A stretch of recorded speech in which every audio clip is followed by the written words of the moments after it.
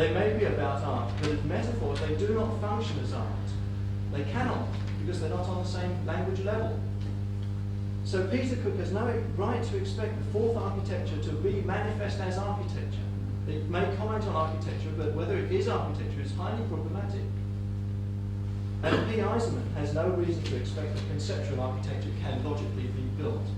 And therefore, to say that conceptual architecture is something that you build every day is to use conceptual in such a weak sense that it's virtually irrelevant to what we ought to be discussing, which is whether there is an ontology of architecture.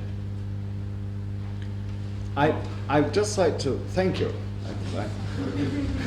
But I just like to say one thing on that, that I certainly use that the machine for making the art very loosely in my own mind, and I never think of the art as the final product.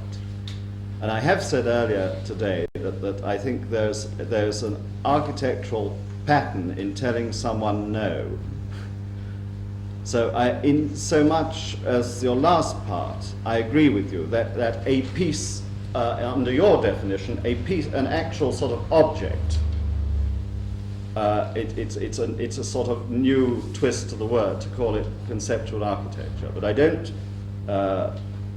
as I said right at the beginning, I wasn't sure about this purism, or this need for a sort of balanced percentage degree of purity in definition between art and architecture, which Bob mentioned. I think there may well be a very large gap, which you've detailed, on the art side. I still think that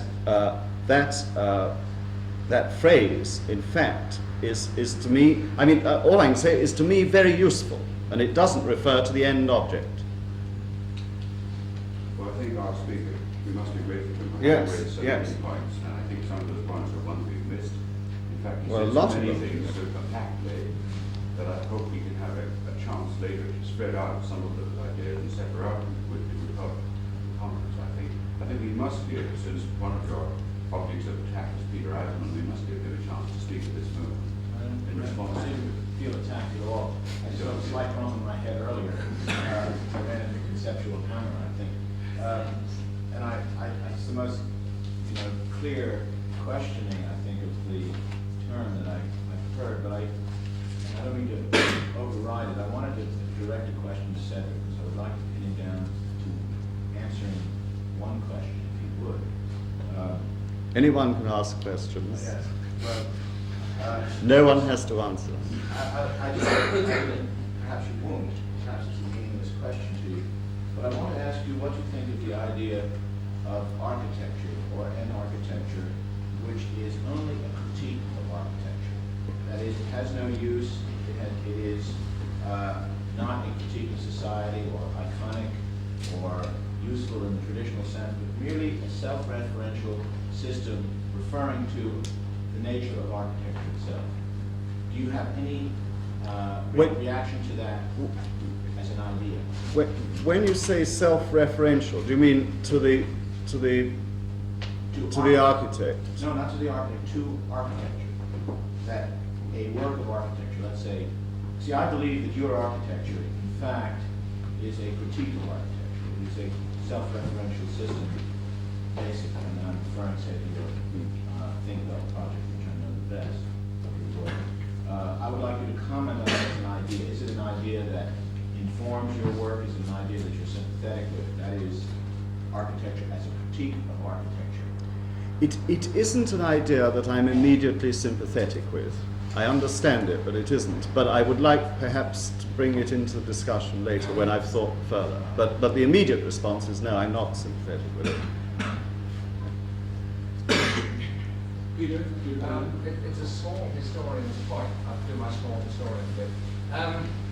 The proposition that there is something new in the idea that a conceptual building can be built. The logic of this question is proposed as new, and also described as a loose usage some way about 10 minutes back in the conversation. The looseness, I think we have to agree about. Big ideas, but it's by no means new. The actual phrase conceptual architecture, some of us may remember, was in fact in use in England in the middle 50s, it was a word brought into the argument, I think imported from outside England, but actually used in England by Jim Richards and Robert Fernand Jordan to describe any architecture which, as they saw it, put the expression and idea over and above, or as more important than, the service to the express needs of the client, etc., etc., etc., which is not so different, I think, from what we're talking about today. And they certainly saw that as being buildable, because for them it meant the Smithson's Huntston School, early Stirling and Gowan housing in particular. I can't reconstruct the rest of this, but it only occurred to me, so look at this in discussion this morning. You could find echoes of it, I should think, in the Astrogao column in about 56, 57 or thereabouts.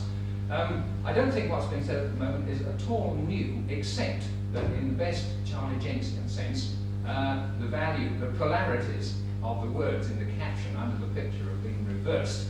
And what was regarded by those good grey men in 1956 as being extremely naughty and suspect, is now, nearly 20 years later, regarded as something of potential value, something which might even be good for architecture.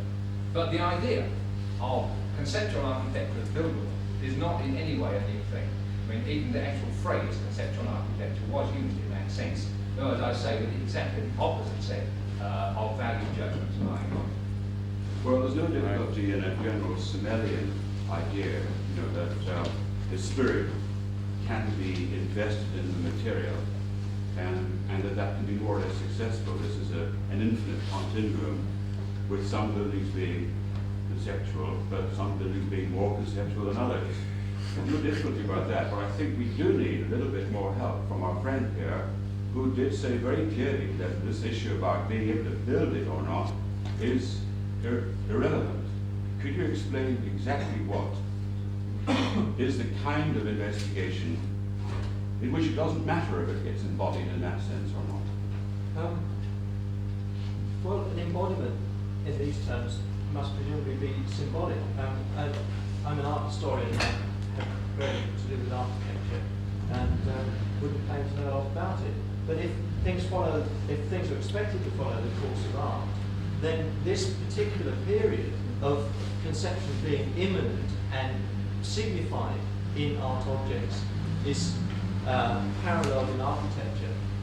Then it's going to be very much at the same time as Solwit and Robert Morris. All these kinds of objects are going to be to the fore. Mel Bochner, I think. This kind of pointing to things in buildings is what appears to be going on now. We're saying this is conceptual architecture because we're underlining the concept in the architecture.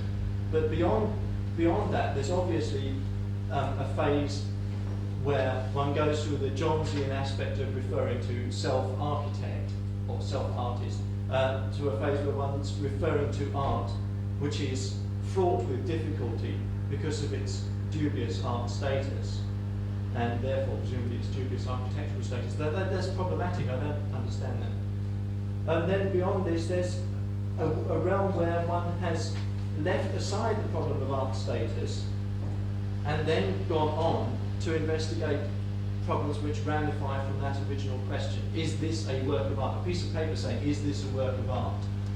Problems ramify from that. And following these round, results in something which is not going to become art because it's become a model for art. You seem to be making a distinction between two uses of the model. The model which is developed as part of an ontological search for the age of existence, for the definition of human life and so on, and the model which is part of an embodied existence mode of a mass of people. These are quite distinct in your terminology, I think. The latter is just surely a simple building or a simple piece of art, isn't it? Better articulate utility. Peter. No, just one little point for my own clarification. It's nice to be able to introduce a concrete object into this particular discussion. Bob Ventura's drawing of a shed with a neon sign saying, "I am a monument." Is that conceptual architecture? Is that addressed to me? Address to anybody, like have a crack at it, really. Declaration. Bristol, can't conceptual architecture be a declaration? I think the answer is no. It sounds a bit like one of Keith Arnett's things, like this is work. Yes, right. That's why I raised the point. Yes. What I'm really asking for is a straw vote. Is that conceptual architecture? I mean, it is, among other things, a critique of architecture, right? Which I knew what it was. I don't know the example, so I can't tell you. It is in fact one of the most, at face value, one of the easiest to understand, and at second look, one of the most enigmatic architectural drawings of the last 2 decades, really. The more, I've got a big print of it and also a small slide of it. Every time I see either it or the thing on the screen, it gets me more and more worried. Is it less architecture because it's a drawing and not a building? I'm prepared to be guided on this. I really came to listen, not to wade in on this debate. But since I think to tie up with the Keith Arnett proposition rather neatly, I mean, I take it you assume that the Keith Arnett thing is very low level of conception. It was early, and I think Keith Arnett stuck with his original paradoxes quite a lot, but then solved it by forsaking his aesthetic preferences. Yeah. Well, I mean, the Venturi thing is obviously very heavily pondered at some stage along the way, and it's not, in fact, lost its power to disturb and upset. If anything, it's gained by what was originally apparently a very simple statement. Well, Peter, I'm sorry, but not enough people here know the example to be able to respond to it in the way that it should be. Perhaps we could have a photograph time for after lunch. And also I must say that although there are speakers crowding now to speak, we're actually running way behind the program. And I don't mean to language you up, but what I would like is there are a lot of people come in, there are empty seats. I'm going to propose that we have a 3-minute walkabout to stretch your leg and find seats while Bernard Tschumi comes up to give the men's speech, the second men's speech of the morning. So Bernard will speak in a few minutes, but this is your chance to go to the lavatory and get settled down. Will help to set the framework more squarely on target. Bernard Tschumi. Thank you. Yes, I'm very glad of the last half an hour of discussion. I think that in many respects, perhaps we fell into some sort of a trap by having a conference called Conceptual Architecture as a concept in itself. And I wonder if about sort of 3 weeks ago, the title of the conference appeared with a question mark, and the question mark seemed to have much more of an effect on the word architecture than on the word conceptual. And perhaps I'll try to put slightly more emphasis on the problem of architecture in order to reach the problem of conceptual, because I'm not sure that by using a discussion which was already questionable in terms of label in the world of the art and translating it in terms of architecture will bring us very much further if we do not consider certain problems which are directly related with the nature of what architecture is. So perhaps I'll start very, very architecturally. With a concept, the one of transparency. You know, transparency may be the inherent quality of a substance, such as a glass wall, or by extension, it can be the inherent quality of a spatial organization, such as the apex of a Renaissance church, whereby the planned ambiguity of interpenetrating special layers becomes visible. Some 20 years ago, this particular, the second level of transparency became central to a particular school of architectural analysis. More recently, it further extended into a third level, no longer discussed in terms of architectural relationships. Space seemed to exist only as the interpenetration of quite different layers. Their names were the mode of production, the collective unconscious, the linguistic pattern, the alternative technology, the historical precedent, and so on.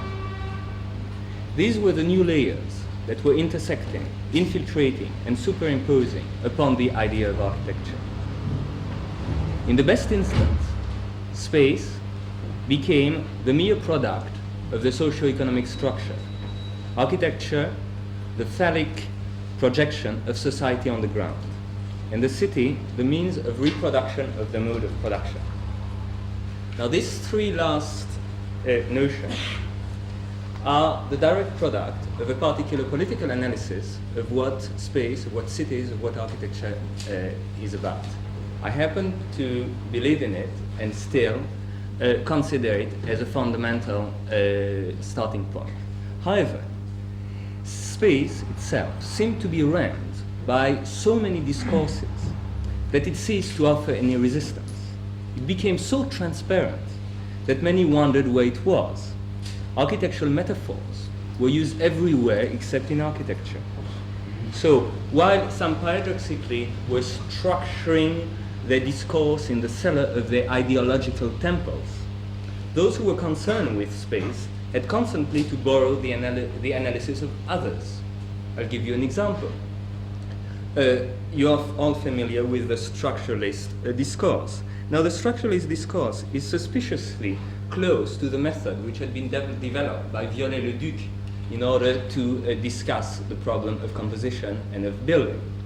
Now, architects seem to need the help of what we called yesterday a certain amount of crutches.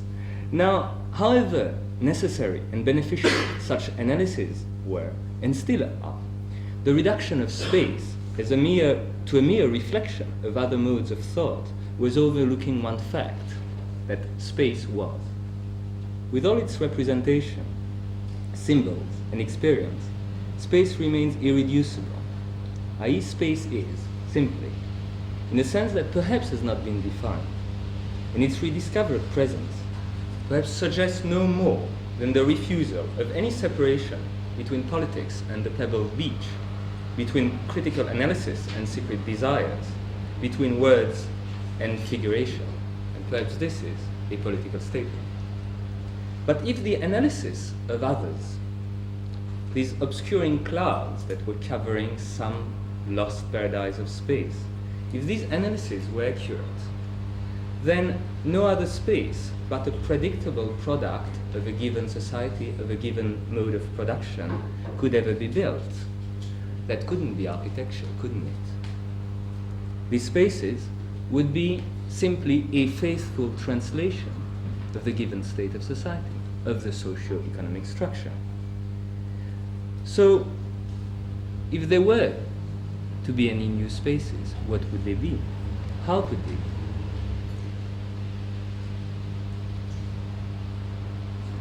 This discussion is actually in 4 parts. The first part, which I just read out, was called space. The second is words. The third is pleasure. And the fourth one will be a series of images, a series of slides. Now, words. We said that space could not be reduced, i.e. that it floats among signs and idea, and that to abuse to such an extent that preceding architectural metaphor of transparency, as I've just done, in order to talk about the concept of architecture, could not be merely illustrative. I simply, again, I was trying to use now an architectural metaphor in order to speak about architecture. Because yes, space is, but it also represents something else. Those who have been involved with any discussion about space and urban politics are familiar with an old dilemma. A shed for the revolution cannot be perceived as such without the use of signs aimed at that particular meanings. I.e., a house for the people becomes so only if it is used and named as such. It's not through its architectural vocabulary that it becomes a house for the people. Although I don't think this is the time to enter a debate which has been rediscovered during the year that followed the May 68 events, it could be very easily demonstrated that signs and space, words and figuration are closely related, and that inevitably art and architecture have always been using their complementary possibilities. from the treatise of architectural theory to the manifestos of the 20s, or from Dada to narrative art, this recurring relationship is here to remind us that spatial concepts have been made by the writing and drawing of space rather than by their built translations, i.e. the magic of space is inseparable from its theoretical discourse. I'd like to read you a quote from Boullée. Boullée asked himself, what is architecture? Will I define it with Vitruvius as the art of building? No. This definition contains a crass error. Vitruvius takes the effect for the cause. One must conceive in order to make. Our forefathers only built their hut after they had conceived its image.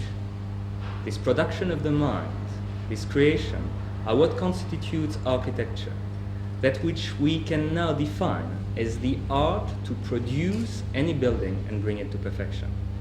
The art of building is thus only a secondary art that it seems appropriate to call the scientific part of architecture. Now, this production of the mind that Boullée underlines becomes architecture. By nature, architecture has always been conceptual, and to discuss conceptual architecture as an alternative is a meaningless task. Architectural theories and manifestos are the delight of space long before their compromised translations.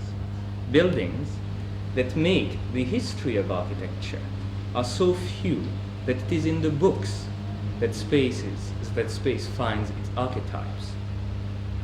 And when images do not suffice, it's words that come to the rescue. Mental spaces unfold, they become the projection of a series of unconscious desires. These spaces of the mind introduce possibilities that do not have to be the impoverished reflection of some obscured realities.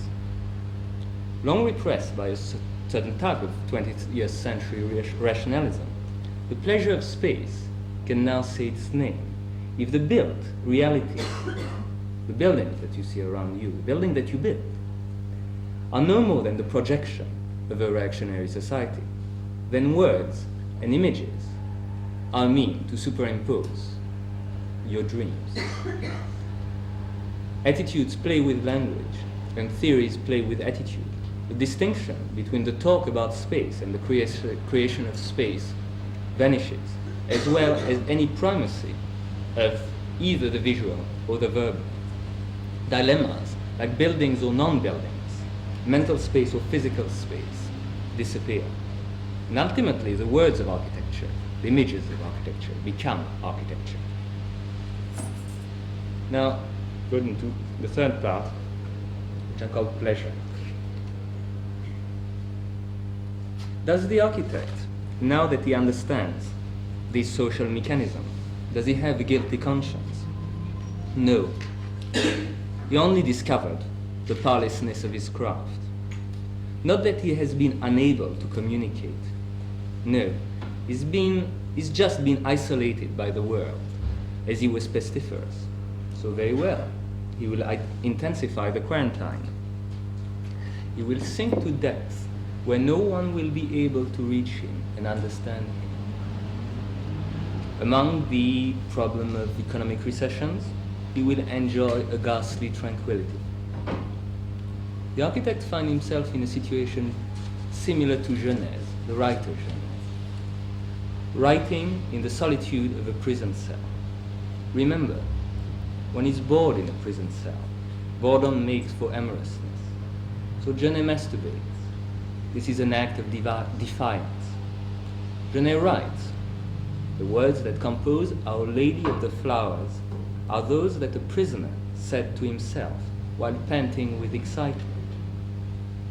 But through the drifting creatures of his dreams, Genèse frees himself, shakes off his reverie and creates. For Our Ladies of the Flowers is a dream that contains his own awakening. So just as Genèse, the architect's imagination depends on words, and words complete our fantasies, fill in the gaps, and reach them with what cannot be seen and touched. Again, in his introduction to Ladies of the Flowers, Sartre records that no image can render so simple a sentence as "I am going to the country tomorrow." For abstract connections are expressed more frequently by inner monologues than by direct realities.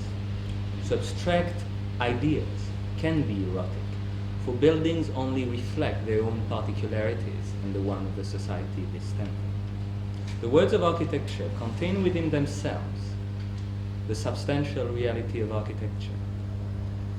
And at this moment, there is no other architectural reality but the words of architecture. Can I have the slide?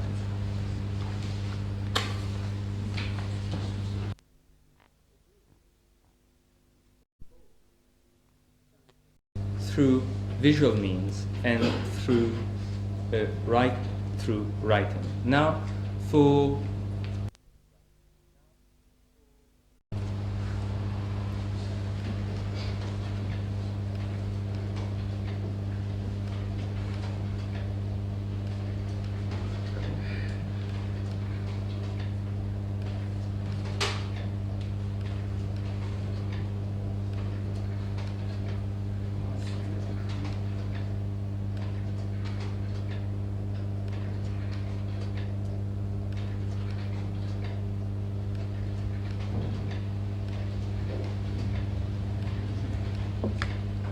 right.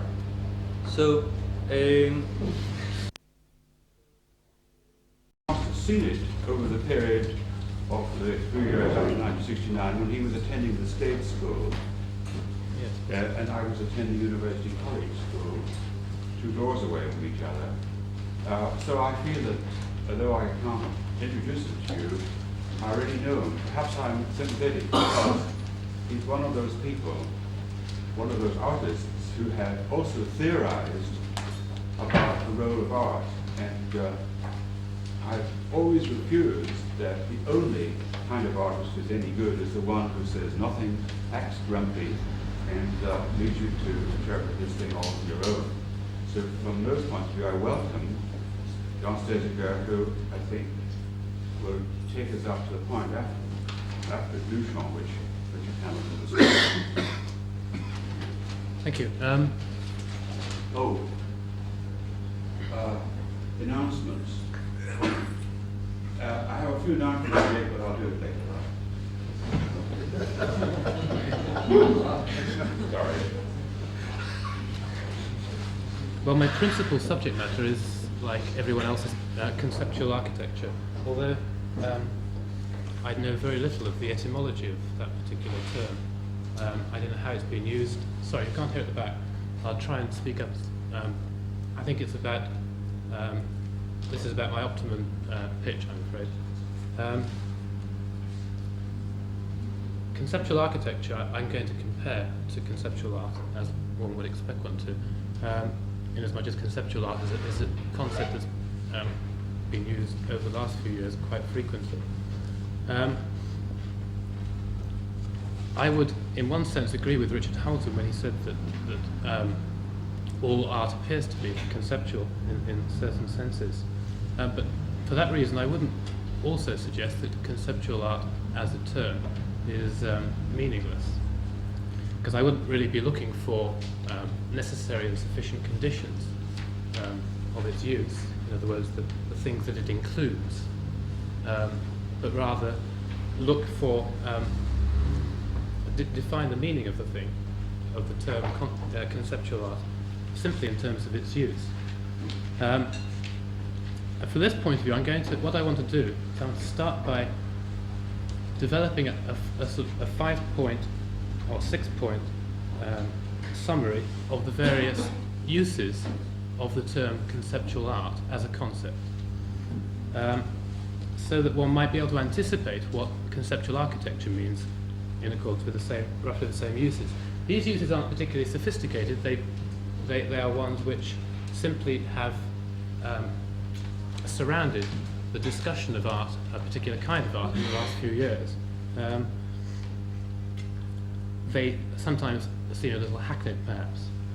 It's part of the rhetoric of the origins of so-called conceptual art. The first thing, perhaps the first rhetorical or polemical statement that one can recollect about conceptual art was the idea of replacing the critic, the middleman. This was talked about in New York in the late 60s. And the idea that rather than artists being involved with physical forms, that is, items which are located within physical space, that one was involved in linguistic forms and items which are located within what Wittgenstein might call logical space. The idea of replacing the critic was quite an important one for the artist at the time, who more and more saw the meaning of his works within minimal art being dictated and determined by critics. The second point is the idea of being a non-producer for a consumer society. This is part of the whole history of artistic alienation, which started as early as the late 18th century, but has been, of course, altered considerably as soon as one arrives in a high technological society with a homogeneous popular culture. And the separation that is required for this alienation from this sort of society, the separation of, if you like, artistic function from social use, tends towards a polemic against a consumer society, the idea of not producing items which can be consumed and used in this way. Third one, which is linked to both of those, is the idea of the uniqueness of a production.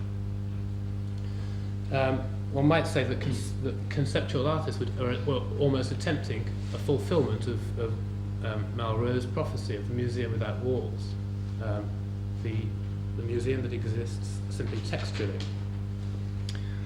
The particular item which has to be visited in a particular spatial temporal location is replaced by the idea of artworks as abstractions, as, if you like, types rather than tokens. Fourth one is the idea that artworks are pointers to a pre-existent reality, rather than either as an iconic representation of reality or as a formal analogy of reality. That is to say that they simply, this is a continuation of the aestheticistic trends of the 19th century, well up into the 20th century, in an art for art's sake doctrine, which supposes in a sense that anything is aesthetic, everything in the world is aesthetic, and all we simply have to do in art is point this out. The fifth is an extreme application of the divisions of labour between planning and execution. This is quite important. I notice it's recurred in the discussions that I've been listening to today. But this in fact relates to an earlier application of the use of the term conceptual art, particularly conceptual painting as it was applied to Frank Steller's work. The idea, in a sense, that an organic conception of the artwork is replaced by an American mechanistic conception of the artwork, in which there is a fairly strict division between planning and execution, and that the execution itself is not a significant part of the artistic endeavour. In other words, planning is equated with conception. I don't really want to go too much into the idea of what a concept is, because this sort of rhetoric very, very rarely question those sorts of issues. I'll go into that a little later. Finally, conceptual art was a rejection of minimal art's material emphasis, the emphasis upon the material, sensuous qualities of the medium itself. But nevertheless, it pursues the self-identification, or the pursuit of self-identification, which characterised minimal art, is taken to even greater extremities. This is a pure art for art's sake, the search for a formal essence and a formal autonomy for art, removed from the practical contingencies of everyday artistic activity. And in fact, when minimal art comes up, in a sense, with its formal essences as the simple practical forms of painting and sculpture, of two-dimensionality and three-dimensionality, conceptual art attempts to go even further in its art for art's sake, if you like, in its pursuit of self-identification, autonomy, by removing the material residue, the last convention which demarcates the arts, and relies upon developing its art status in a purely conceptual or nominal sense. And once again, there is no distinction usually made within this rhetoric between nominal and conceptual. There is no attempt in this actually to determine a specific part of the conceptual framework within which we come to know things within our epistemology, either individually, from a psychological point of view, or socially. But rather, it attempts to define, rather nihilistically, artworks as those things which are treated as though artworks, which are talked about as though artworks, and so the actual art status assignment is itself socially arbitrary, or dependent upon the arbitrary dictates of individuals. Absolutely anything goes, or if you like, the artist is art is that which the artist makes, or whatever. Now, conceptual architecture, one would expect, as a concept, to be efficacious in approximately equivalent terms. Firstly, there is no middleman required, of course, and this is perhaps the exception in this, in as much as intelligibility of architecture, what one would say, is not the principal aim. Its principal aim has never been semiotic in quite that sense, traditionally. So that one would imagine that the abstract dictates or imperatives for design, which the architect might decide upon, may be taken to greater levels of generality within a conceptual architecture. That is to say that he may verge on the theoretical. In other words, he may become a theorist. The architectural theorist may become the architect. There is no reason within this relativity to suggest any distinction between a practical imperative or dictate for design and a theoretical one, when one sees it simply as a hierarchy of abstractions. Secondly, the same sort of radicalism I would imagine would characterize architectural activity, and would probably enforce the idea of the architect not wishing to have the status of producer. And this could be taken to the same extreme limits as within conceptual art, in producing nothing at all, or nothing which can be used. It could also be concerned with the elimination of the unique status of the individual resultant artifact, replacing the artifact by, in a sense, an abstract specification of which there may be very many different instances, or no instances at all, in which case this would be a fulfillment of conceptual architecture. In other words, it is remote from commission or social dictate, and it leaves buildings to builders. The fourth, which goes on from that sort of point, the idea of leaving buildings to builders, is rather like the pointer idea within conceptual art, of pointing to a pre-existing reality. One might see architecture operating in roughly this sense, so that rather than fulfilling the aesthete's total experience of life, the architect might simply be issuing pointers to pre-existing artifacts and conjoining them in certain ways, certain abstract ways, and he may even argue that this is what all architecture does. Fifthly, it might be concerned with enhancing the division of labour between planning and execution by an inordinate and perhaps exclusive emphasis upon planning, and this certainly seems to be the case from what's been said today. finally, it might be architecture for architecture's sake, a total autonomy for function, a function, not an autonomy in a professional sense, which is presided over by an overall social function or use, but one whose function is indifferent to use and in fact is alienated from use within a particular society. All this I'm characterizing as radical architecture.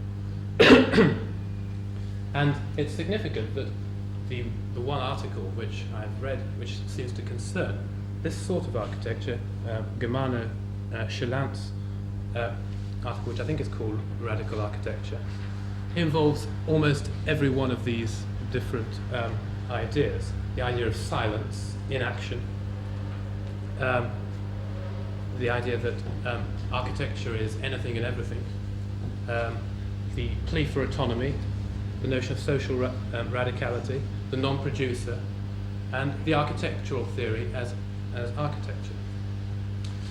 Having looked, if you like, at the surface rhetoric of conceptual art and see what the surface rhetoric of conceptual architecture might well be like, it would perhaps be useful to now turn to a deeper examination of both manifestations. As manifestation, I mean the uses of these concepts as symptomatic of a particular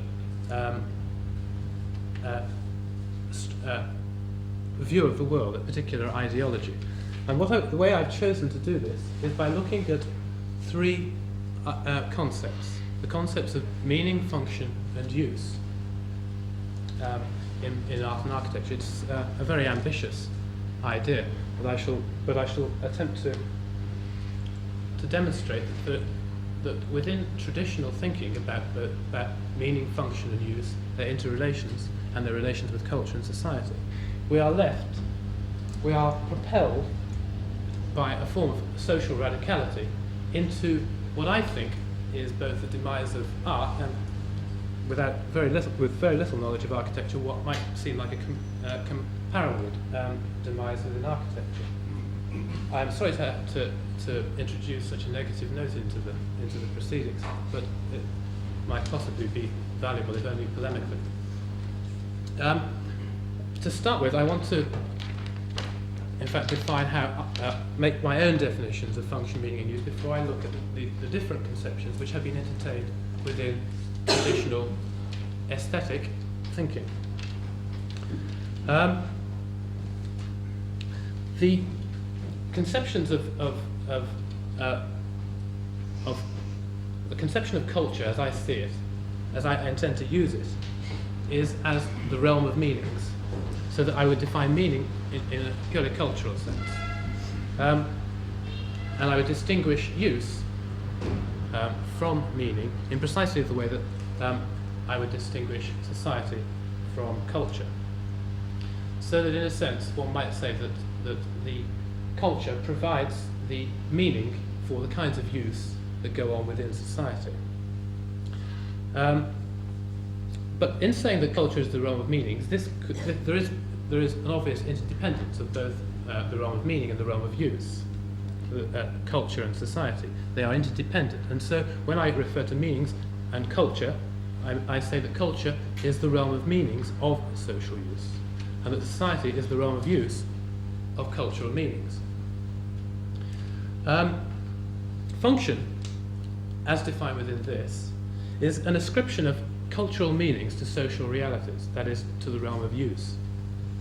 So the culture as a system of meanings identifies society in its functional relationship with society. Society, conversely, by functional changes in use, can alter its own cultural identification.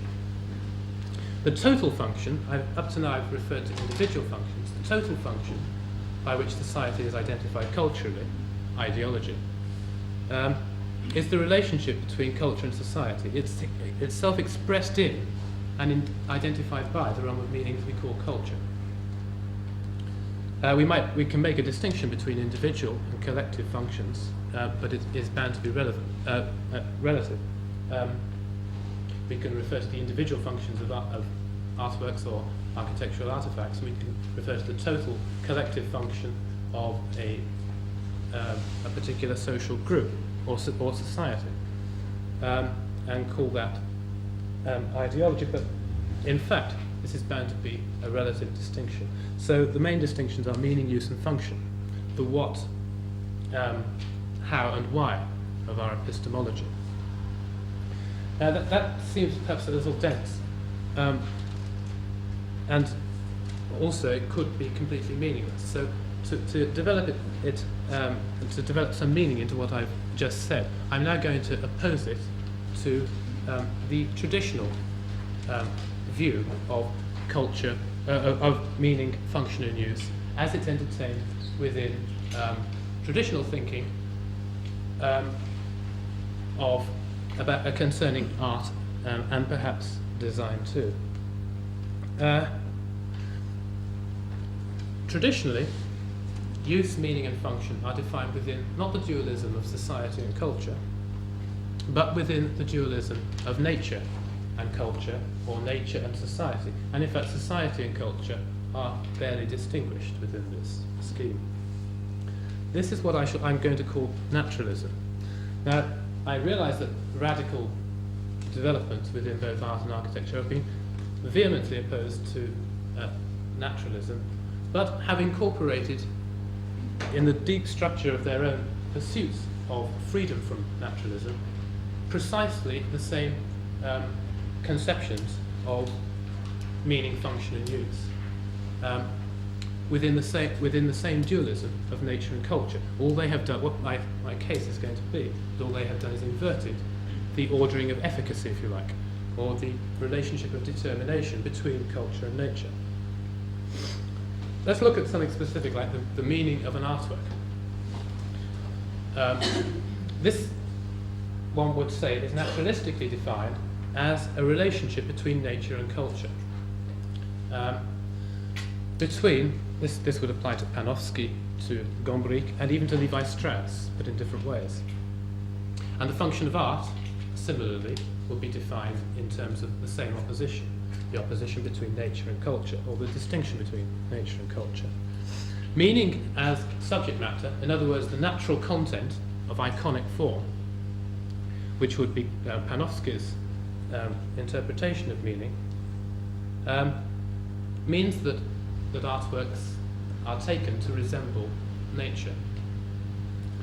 And that our cultural artifacts in general, when one takes this to the level of all mythical and symbolic expressive forms, culture, in a sense, is designed as in matching nature. This would be the view of Gombrich and Panofsky, but not of Levi Strauss, who opposes it to nature, who says that, in fact, the culture is developed as an inverted representation of nature. But in both cases, whether negatively or affirmatively, what we get is the idea that the meaning of an artwork, the meaning of a piece of architecture, or the function of a piece of architecture, is defined within the opposition of nature and culture. Similarly, in architecture, the artifact is identified in relationship, in the relationship between natural and social attributes or forces. This would be a utilitarian view, a functionalist view of architecture. Or, alternatively, if it's not a pure utilitarian, in which you get an opposition between nature and society,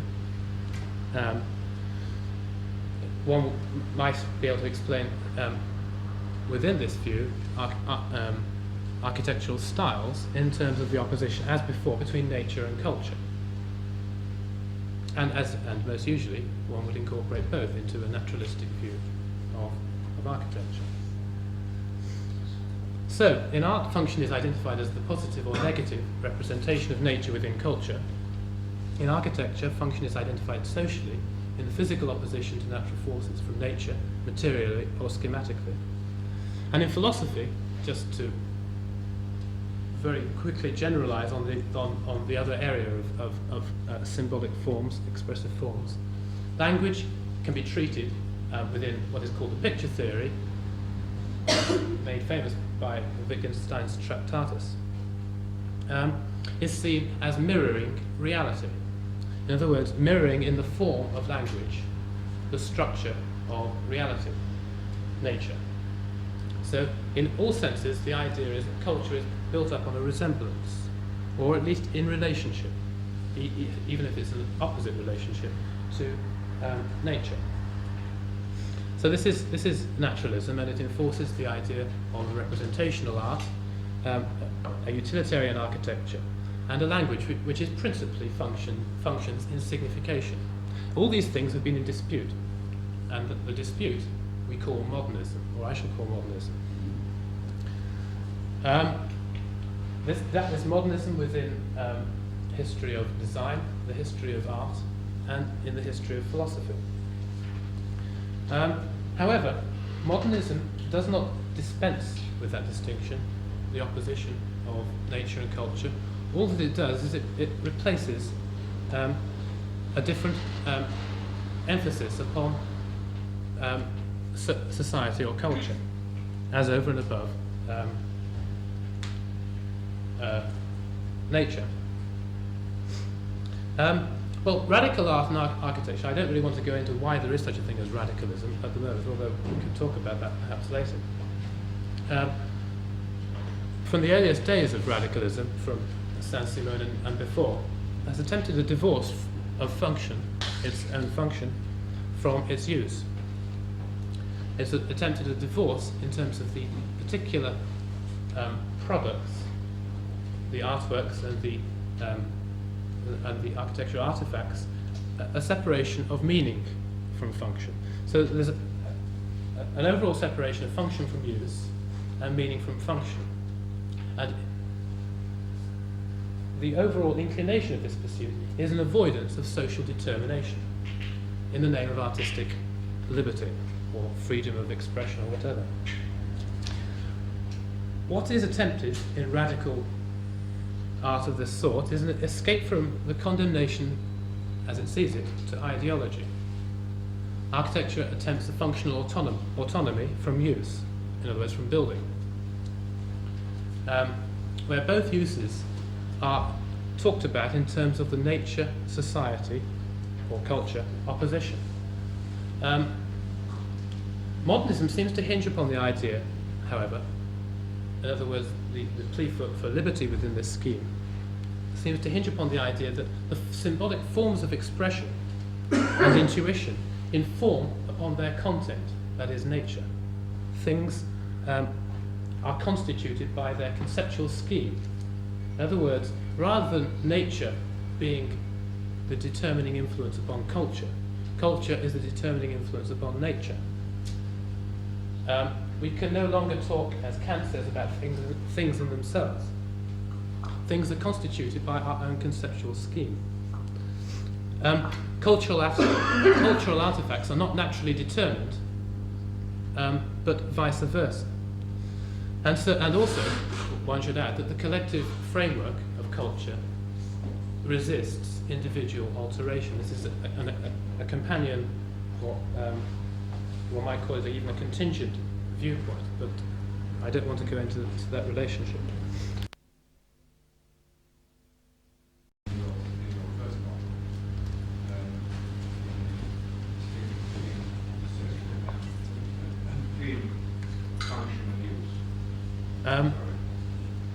Well, I would place use within the sphere of society. I was making that equation between society as the realm of use, and culture as the realm of meaning, and function as being defined as that which relates between meaning, as the relationship between meaning and use, so that although inevitably society consists of uses of cultural meanings, and culture consists of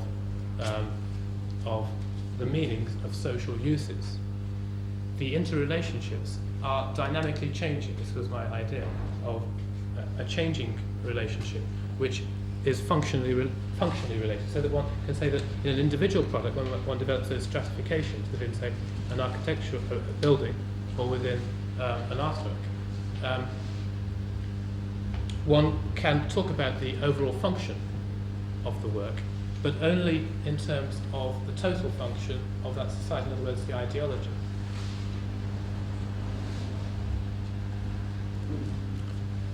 I don't know if that makes it any clearer.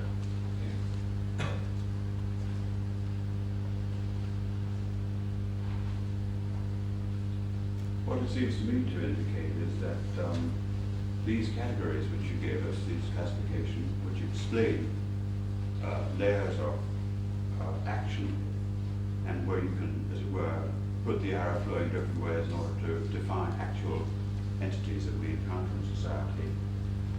When you near the end, your hypothesis came up as apparently a resorting of these entities.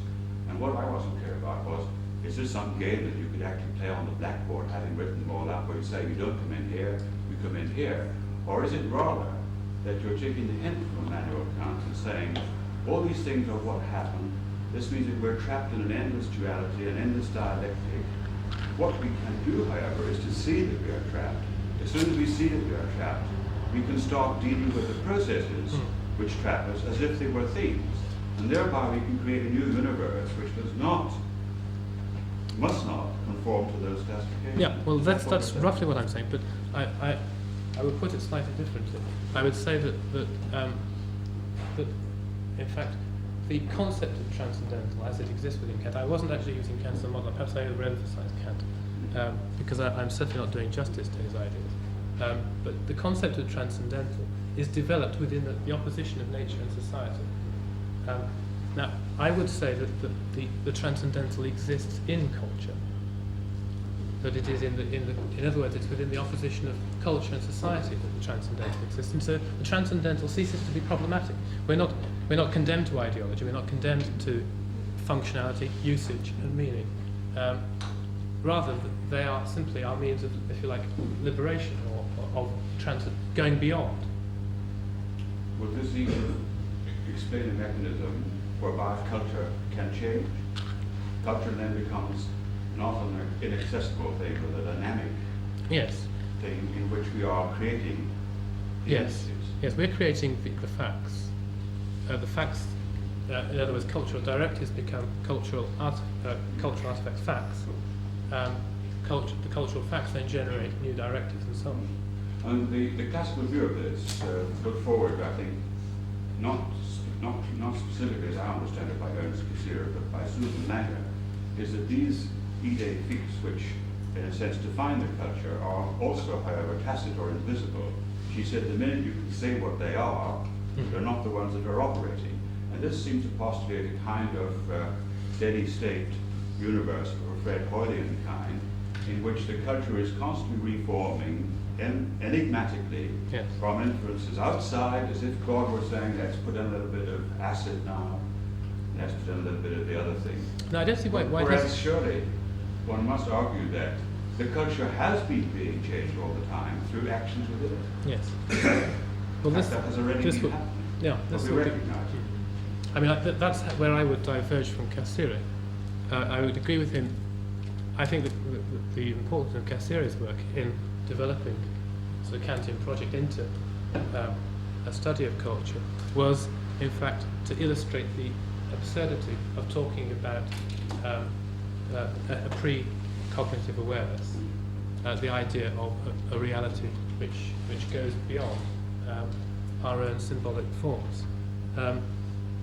But I would disagree with the transcendental aspect of his own work, which is derived from Kant, and the idea of a divinity which resides at the top. In other words, the model that I was talking about, the bottle, if you like, of Wittgenstein, seems to exist in the two parameters between pure perception, pure sensation, and pure cognition.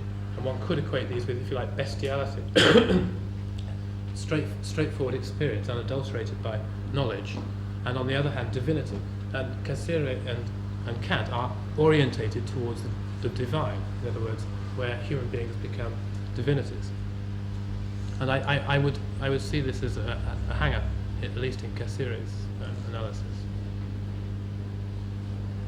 I still find it difficult to imagine how things can actually change unless they change reference to something that's outside the system of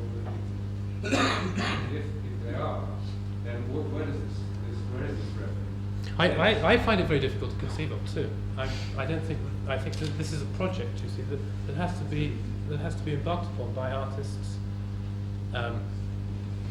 The idea, in a sense, that one doesn't go outside something to understand it, that one can remain in it. It is, of course, a problem, a great problem. It's something that we have to go towards peculiarly. It's not something that we're given. We have to believe, in a sense, that it's given, but that our categories of knowledge are in some sense deficient in not being able to see this, and we have to alter our categories of knowledge. But this does characterize the separation of subject and object, the idea of going outside, does seem to characterize the whole orientation of radical art activity, particularly in the relationship between planning and execution, something I didn't mention except at the very beginning, within conceptual art and within conceptual architecture, the idea that one can celebrate the planning aspect in isolation from the execution aspect, or vice versa. Either one of those seems to be mistaken in just this respect. I think that we have to begin to develop, if you like, we could say that art would be the realm of cultural directives in which one doesn't have to go outside them to understand them, that they are in a sense consistent with their own direction. It sounds